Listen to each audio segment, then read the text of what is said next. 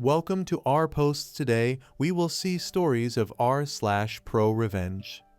Threaten my friend with revenge porn? I'll ruin your whole damn life. My very good friend made some slightly dumb mistakes and sent some pictures to someone that she reasonably thought she could trust, but not knowing much more than his first name, his screen name, and roughly where he lived and the type of work he did. He is not in our country, but had indicated that he would be traveling for work to near us shortly, and they had made some plans to meet. And when she got some red flags and backed out, the dude threatened to publish these pictures online. I am, incidentally, an attorney. So, some searching later, and gathering up any pictures he sent her of him that could possibly identify him. His online handle led me to a TikTok page, which lead me to an Instagram page with his name on it. That lead to a LinkedIn page with his place of work that matched a picture he sent with a branded polo he was wearing. Some more searched got me the email of the CEO, VP of HR, Operations Manager, and Public Relations Manager. I just fired off an email on behalf of my client of the screenshots of him threatening revenge porn. Snippets of the conversation showing that username while he sent that exact picture of him wearing his company's branded apparel. Links to how I know it's him, along with pictures he sent her of his motorcycle with the license plate showing, as further proof it is him. I also included screenshots of him discussing a workplace incident that were time-stamped, along with pieces of dialogue discussing how he had sex with an ex at his place of work, and discussing plans to have sex with her in his office as well. I also included a picture he sent her showing his work laptop with his entire Outlook calendar, along with proprietary information which he sent to prove he was busy, along with other pictures he took of his workplace with non-consenting employees.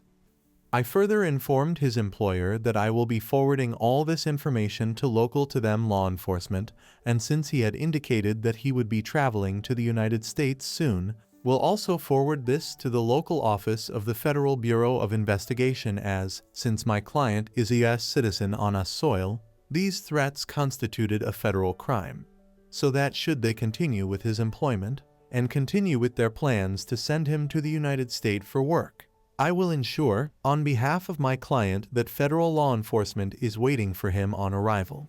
Which I will do, as one of the assistant US attorneys for this region is a law school buddy of mine.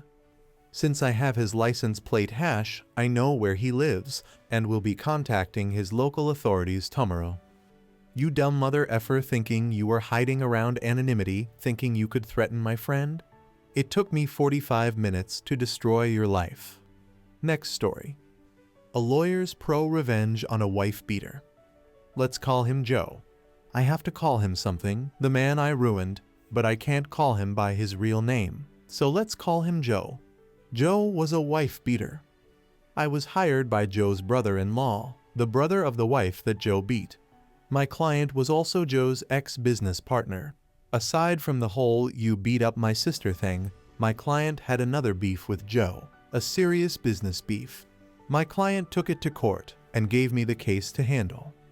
Joe and his lawyers fought me long and hard. Joe was confident that his crap and outright perjury would carry the day. It had always worked before. His crap and his fists had won him a good settlement with his ex-wife, free of child support. So maybe he thought that threats and lies would carry the day once more, but he was wrong. And after the trial I had a judgment against him, a big judgment, far bigger than he could pay. Joe twisted and he turned and he shimmied and shaked, but after a while I'd located and taken all his assets. It was easy, really. Joe had no thought of consequences, and so he didn't lawyer up until it was too late. If one of my clients ever sues you, you're in trouble, because my clients lawyer up before they even know your name. But Joe didn't lawyer up until the process server threw the papers at his feet, and by then, it was far too late. I went through Joe's assets like a meat grinder, and after a while Joe had but one property left, a house, and he clung to that house, for it was rented out, and his sole source of income. Joe lived in the unfinished basement, and he survived on what the upstairs tenants paid him. He cashed their rent checks at payday loan places, paying hefty fees, but it was worth it, because he knew that I'd garnish any bank account that he opened. Joe managed to hide his rental place from me for a while because he owned it through a numbered company, but my investigator found him one day and followed him home. Joe self-repped his way through the next stage, which took a couple of years, while I punctured his corporate veils and his sad efforts at a fraudulent conveyance, but in the end, I had his last house, the house where he lived in the unfinished basement. Joe stepped out one day to get a pack of cigarettes, and when he came back the sheriff had changed the locks. "Can my client at least live in the basement?" Joe's lawyer said to me, pro bono, because by this point Joe had nothing to pay lawyers. I knew the pro bono guy. He practiced law nearby. As I was talking to him, I could see pro bono guy's office window across the parking lot from my office tower window. "Ask the purchaser," I said. "It's out of my hands," and it was. I told Joe's lawyer that the new owner, a nominee, one of my client's employees, wouldn't let him back into his crappy basement apartment. Joe, a man who had owned this and that here and there and all over town, had just lost the last thing he owned on earth. Except for his truck. He still had his truck left. Joe's truck was this big butt gas-guzzling beast that he drove around in. It was too old and too frail to be worth seizing, so I let Joe keep it, and I was glad I did that, because now the truck was where Joe slept. Until he made a mistake and lost his truck, too. He lost his truck the day I got a phone call from the tenants at the house that Joe used to own. He came back and parked his truck across the driveway, the tenant said, adding that Joe had gone nuts. He'd parked his truck there in a rage, out of spite, and then walked into town, saying he'd be back later that day to sleep in his truck. "Can you get around the truck?" I asked. The tenant could not. The driveway was blocked. I called one of the tow truck guys that I used to defend back in my criminal lawyer days, and in a couple of hours the truck was gone and parked somewhere else, somewhere special, in accordance with my specific instructions. "My guy wants his truck back," the pro bono lawyer said the next day when he called me. "Not happening," I said. I stood in my office 15 floors above the parking lot and looked down where I imagined my pro bono counterpart was standing in his office, facing the same lot. "But you have no right to the truck," he said. "He has no right to block a man's driveway," I replied.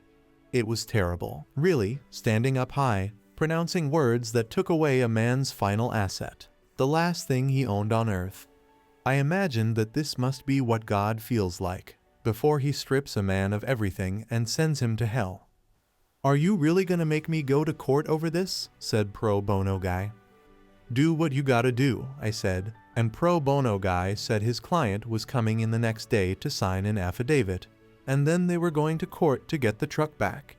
But I was unconcerned. The next day was bright, and the sun was shining, and it was 9 a.m. as I looked out the window and sipped my coffee. My phone rang. I picked up. It was pro bono man. "Why didn't you tell me that Joe's truck was parked right outside my office?" His voice was tight, and I could tell that he must have been shaking with anger.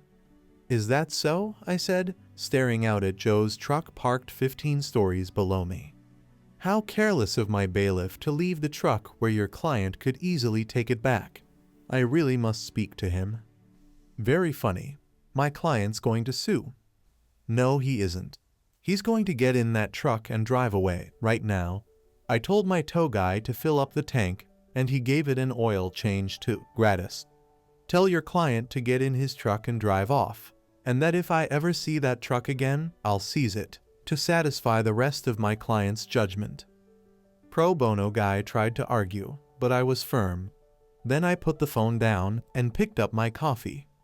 A few minutes later, Joe walked out of his lawyer's office and over to his truck. As he walked, I saw that there was no longer a bounce to his step. The joy had gone out of him.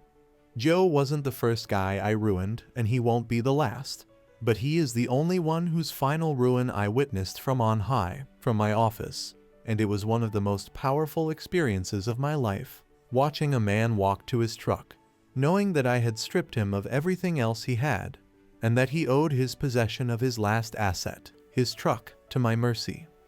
Joe drove away, his big ancient truck spilling clouds of smoke from the exhaust. I was pretty sure I'd never hear from him again, and I never did. Next story.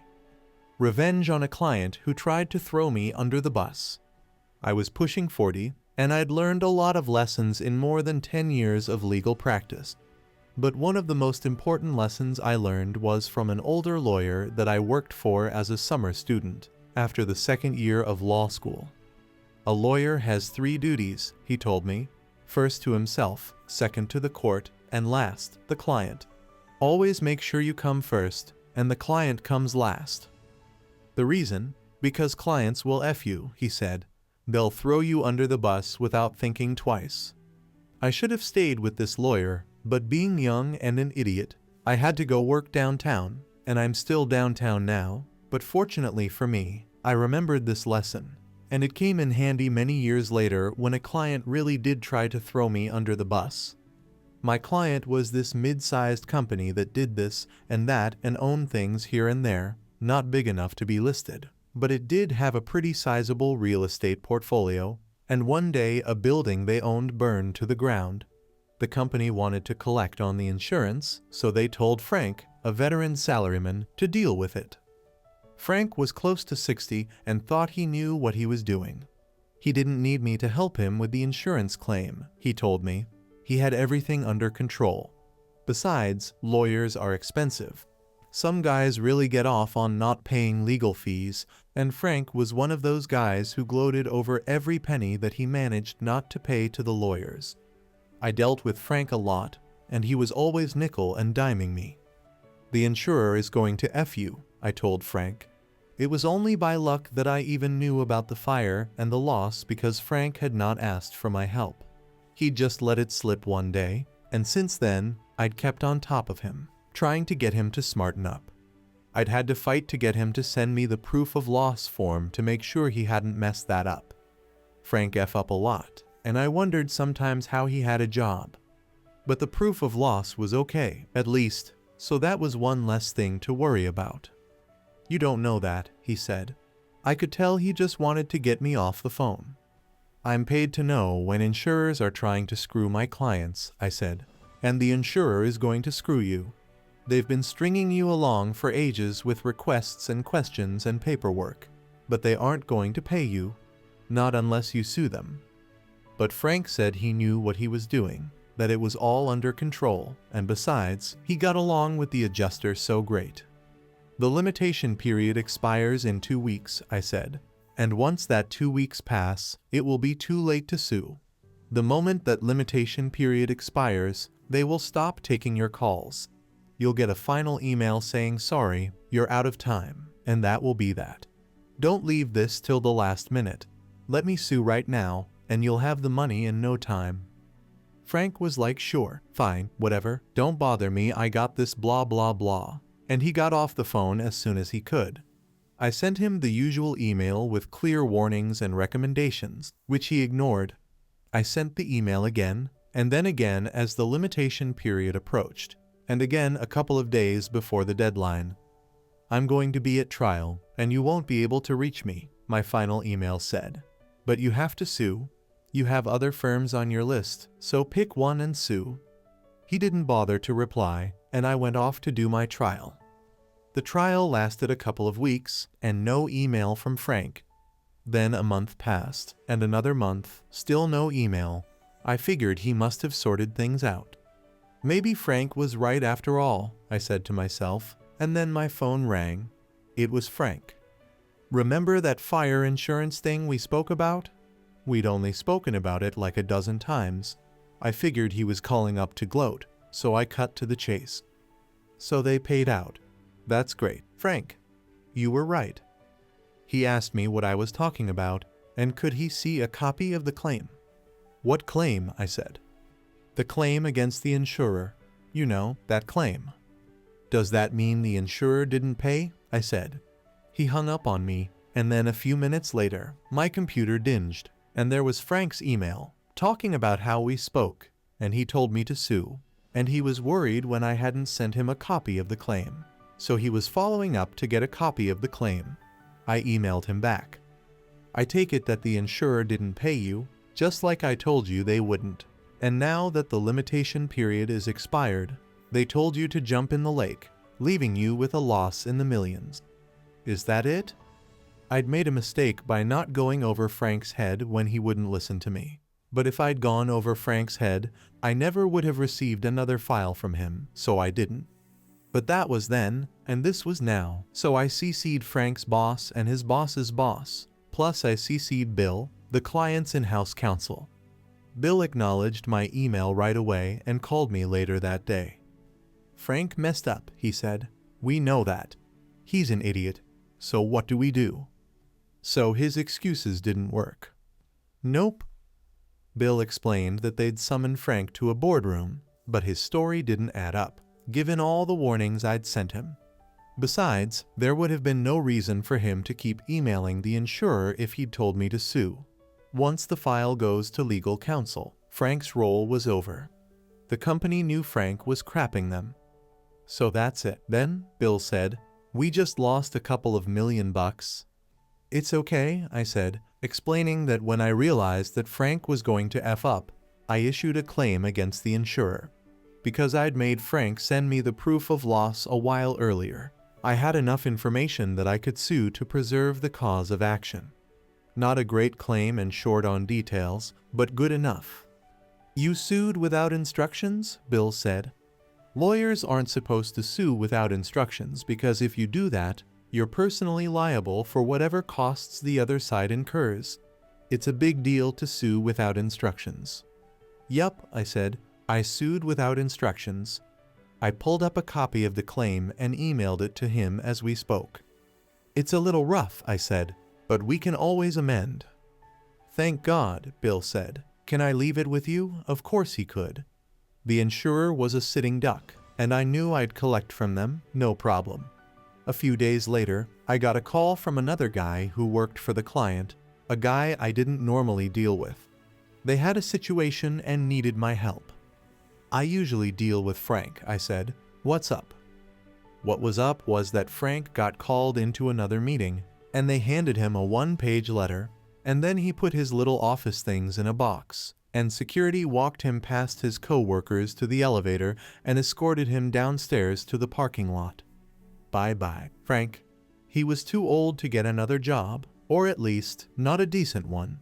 It was a life-changing event for Frank, but for me, he was just an anecdote, a cautionary tale that I tell young lawyers sometimes over beers, maybe too often, because I'm getting on in years and I have my favorite stories. I wasn't trying to get revenge on Frank, not at all, and I would have felt a bit sorry for him if he hadn't been trying to throw me under the bus. But the guy who replaced him was great and never nickel and dimed me, so it was all good.